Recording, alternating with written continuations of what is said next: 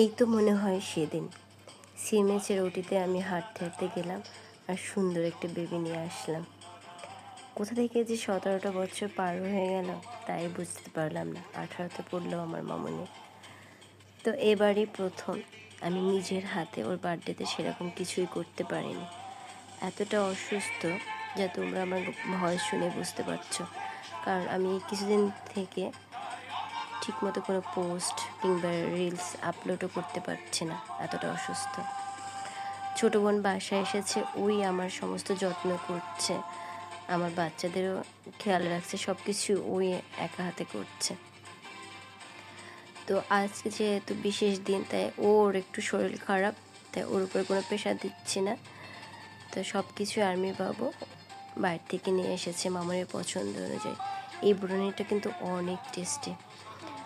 তো ঘরোয়া পরিবেশে ছোটোখাটো একটু বার্থডে পার্টি করলাম আমরা। সায়ন পাখি তো অনেক হ্যাপি। প্রথমে একটু ভয় পেয়েছিল, তারপর দিদির সাথে সেও অনেক মজা করেছে। এই আনন্দটাই সব থেকে ভালো লাগে। বাচ্চাদের হাসি মুখটা দেখলে বাবা মায়ের সকল কষ্ট দূর হয়ে যায়। মানে সন্তানই হলো বাবা মায়েদের অক্সিজেন, তাই না?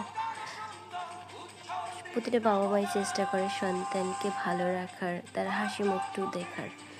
একটি সংসারের সেতু বন্ধনই হলো একটি সন্তান।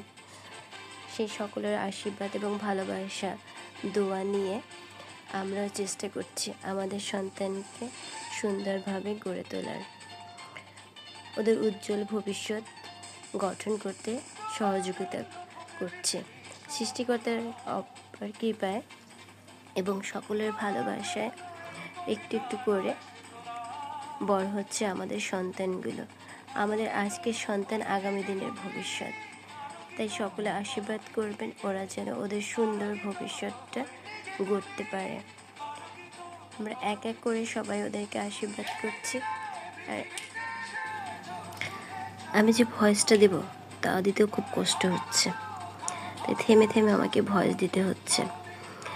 এই সমস্ত কিছু ডেকোরেশন করা, তারপরে মামনিকে মার্কেট করতে নিয়ে যাওয়া, সমস্ত কিছু তার মাসি আর মানে ছোটো মা আর ছোটো বাবাই ওকে নিয়ে সব কিছু আয়োজন করেছে। আমি কিচ্ছু করতে পারিনি। প্রতিটি সন্তানই বাবা মায়ের কাছে রাজকন্যা রাজপুত্র। আর রাজকন্যা বা রাজপুত্র যাই হোক না কেন, সে কিন্তু নারী ছেঁড়া ধন। প্রতিটা মায়েরই কিন্তু একই রকম কষ্ট হয়।